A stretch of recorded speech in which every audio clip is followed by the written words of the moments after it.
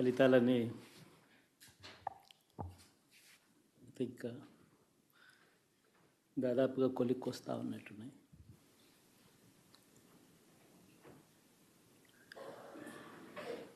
చూసిన ఫలితాలు జరిగిన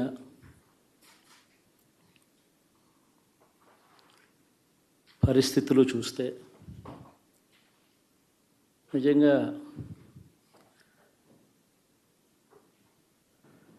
ఆశ్చర్యంగా కూడా ఉన్నాయి.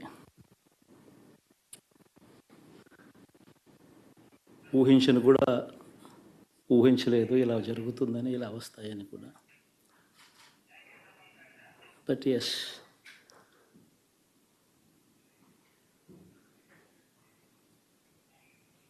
అమ్మఒడి అందుకున్న 53 లక్షల మంది తల్లులకు మంచి చేసిన, పిల్లలు బాగుండాలి, వాళ్ళ చదువులు బాగుండాలని తాపత్రయపడుతూ అడుగులు వేశాం. మరి అక్క చెల్లెమ్మల ఓట్లు ఏమయ్యాయో తెలీదు. 66 లక్షల మంది అవ్వాతాతలకు, వితంతులకు, వికలాంగులకు గతంలో ఎప్పుడు జరగని విధంగా మంచి చేశాం. వారి కష్టాల్లో తోడుగా ఉంటూ, వారి కష్టాన్ని అర్థం చేసుకుంటూ, వారి ఇంటికే పంపించే వ్యవస్థను సైతం తీసుకొస్తూ, గతంలో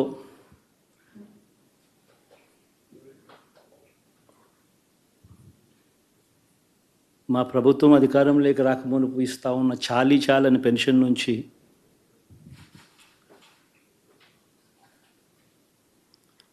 ఎంతో మంచి చేస్తూ అడుగులు వేసినా కూడా ఆ అవ్వాతాతలు చూపిన ఆప్యాయత ఏమైందో కూడా తెలియడం లేదు. దాదాపుగా 1,05,00,000 మందికి, పొదుపు సంఘాల అక్క చెల్లెమ్మలకు మంచి జరిగిస్తూ, వారి కష్టాలనే మా కష్టాలుగా భావిస్తూ,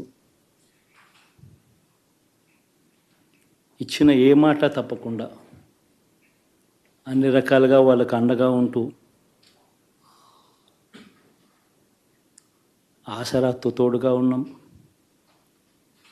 సున్నా వడ్డీతో సైతం అండగా ఉన్నాం, చేయూత సైతం తోడుగా ఉంటూ నిలిచాం. మరి ఆ 1,05,00,000 మంది అక్క చెల్లెమ్మల ప్రేమాభిమానాలు ఏమయ్యాయో తెలియవు. 26 లక్షల మంది చేయూతను అందుకుంటున్న అక్క చెల్లెమ్మలు, వారి ఆప్యాయత ఏమైందో తెలీదు.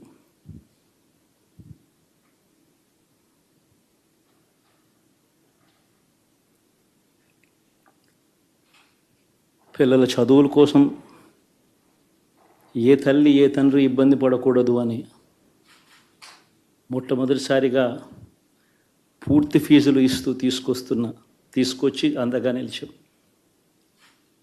చదువుల్లో ఎప్పుడూ చూడని మార్పులు తీసుకొచ్చాం.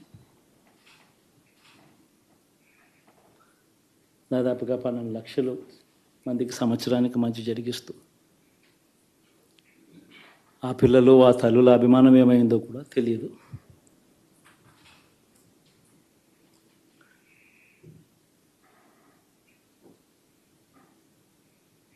దాదాపుగా 54 లక్షల మంది రైతన్నలకు గతంలో ఎప్పుడూ చూడని విధంగా, జరగని విధంగా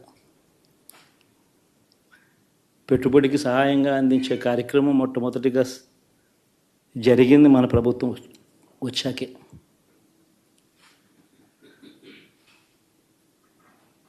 మరి అంతగా రైతన్నలకు తోడుగా ఉంటూ,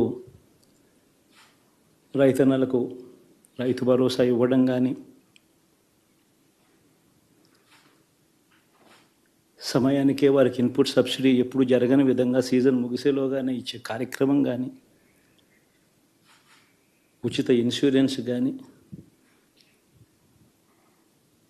పగటిపూట 9 గంటలు ఇచ్చే కార్యక్రమం కానీ,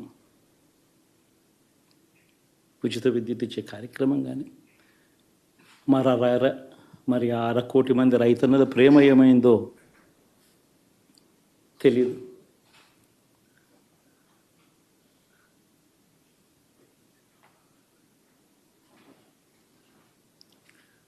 మరి ఇన్ని కోట్ల మందికి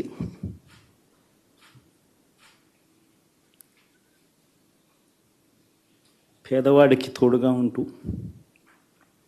ఆటో డ్రైవర్లు నడుపుకుంటా ఉన్న వాళ్ళు ఆటోలు తోలుకుంటూ టాక్సీలు తోలుకుంటూ ఇబ్బంది పడకూడదని వారికి అండగా ఉంటూ ఓ వాహనమిత్ర, నేతన్నలకు అండగా ఉంటూ ఓ నేతన్న నేస్తం, మత్స్యకారులకు తోడుగా ఉంటూ మత్స్యకార భరోసా, ఫుట్పాత్ మీద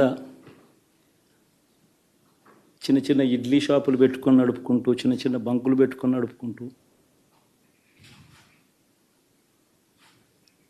చిన్న చిన్న వ్యాపారాలు చేసుకుంటా ఉన్న వీళ్లకు, నా అక్క చెల్లెమ్మలకు, నా అన్నదమ్మలకు మంచి జరగాలని ఆరాటపడుతూ వాళ్ళకు ఒక తోడు,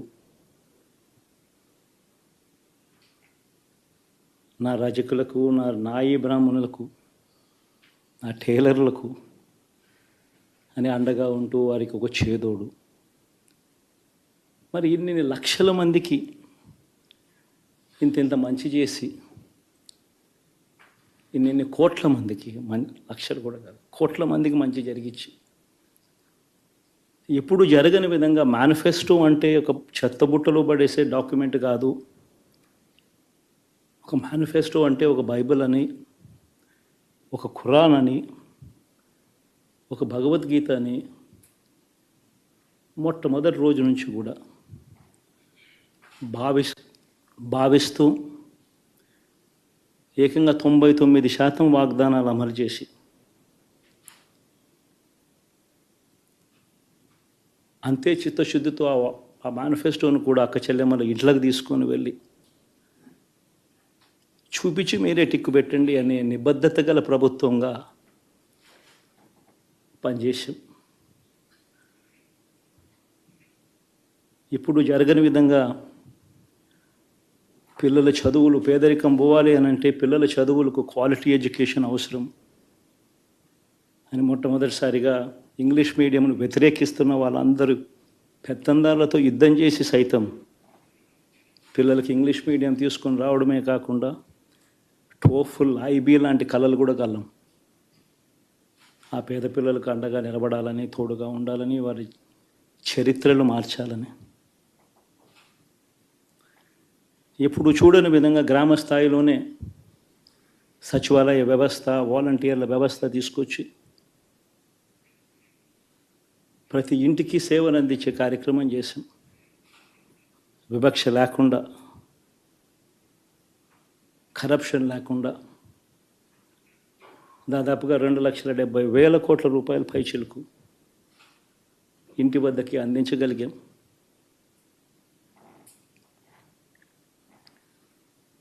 ఇప్పుడు చూడని మార్పులు తీసుకురావడమే కాకుండా ఒక చదువుల రంగం అయితేనేమి, ఒక విద్యారంగం, ఒక వ్యవసాయ రంగం అయితేనేమి, ఒక వైద్య రంగం అయితేనేమి, ఏ పేదవాడు ఎప్పుడూ ఇబ్బంది పడకూడదు అని ఎప్పుడు ఊహించని విధంగా మార్పులు తీసుకొస్తూ పేదవాడికి అండగా నిలబడగలిగాం. విమెన్ ఎంపవర్మెంట్ అంటే ఇది, మహిళా సాధికారత ఇది అంటే ఇది అని ప్రపంచానికి చాటి చెప్పగలిగాం. సోషల్ జస్టిస్ అంటే, సామాజిక న్యాయం అంటే ఇది అని ప్రపంచానికి చూపించగలిగాం. మరి ఇన్ని గొప్ప మార్పులు చేసిన తర్వాత, ఇన్ని కోట్ల మందికి మంచి జరిగిన తర్వాత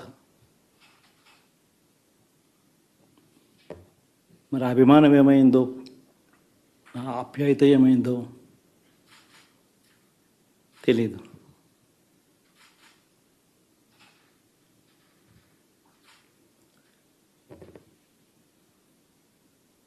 ఎవరో మోసం చేశారో, ఎవరో అన్యాయం చేశారో అని చెప్పి అనొచ్చు, కానీ ఆధారాలు లేవు.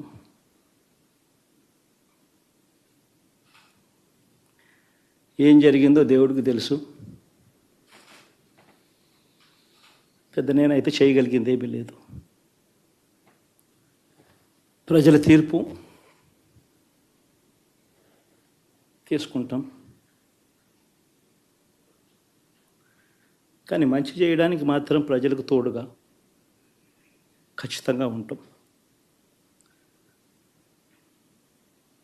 వాయిస్ ఆఫ్ ది వాయిస్లెస్ కింద ఈ పార్టీ తాను చేయాల్సిన పని తప్పకుండా చేస్తుంది. పేదవాడికి అండగా ఉండే కార్యక్రమంలో ఎప్పుడూ కూడా పేదవాడికి తోడుగా ఉంటూ గలం విప్పుతుంది, పేదవాడికి అండగా నిలుస్తుంది. పెద్ద పెద్ద వాళ్ళ కూటమి ఇది, ఢిల్లీలో సైతం శాసించే పరిస్థితుల్లో ఉన్న కూటమి ఇది. ఆ కూటమిలో ఉన్న బీజేపీకి, ఆ కూటమిలో ఉన్న చంద్రబాబు గారికి, ఆ కూటమిలో ఉన్న పవన్ కళ్యాణ్ గారికి, అందరికీ కూడా వాళ్ళ గొప్ప విజయానికి అభినందనలు.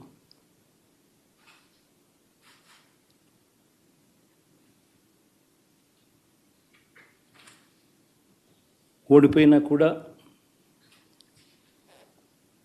నా ప్రతి కష్టంలో కూడా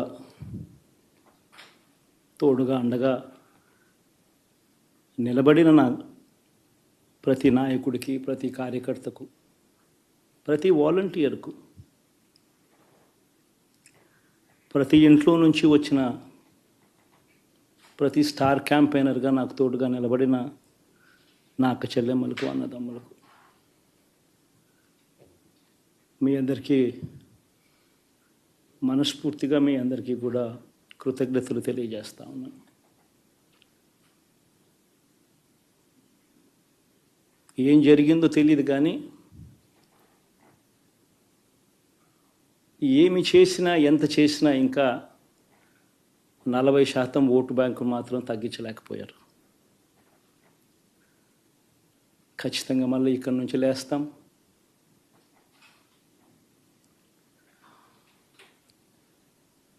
మళ్ళీ ఇక్కడి నుంచి గుండె ధైర్యంతో నిలబడి మళ్ళీ లేస్తాం. ప్రతిపక్షంలో ఉండడం కొత్త కాదు, పోరాటాలు చేయడం అంతకన్నా కొత్త కాదు. నా రాజకీయ జీవితం అంతా కూడా ప్రతిపక్షంలోనే గడిపా, ఈ 5 సంవత్సరాలు తప్ప. పోరాటాలే చేశా. రాజకీయ జీవితంలో ఎవడు చూడని కష్టాలు కూడా అనుభవించా.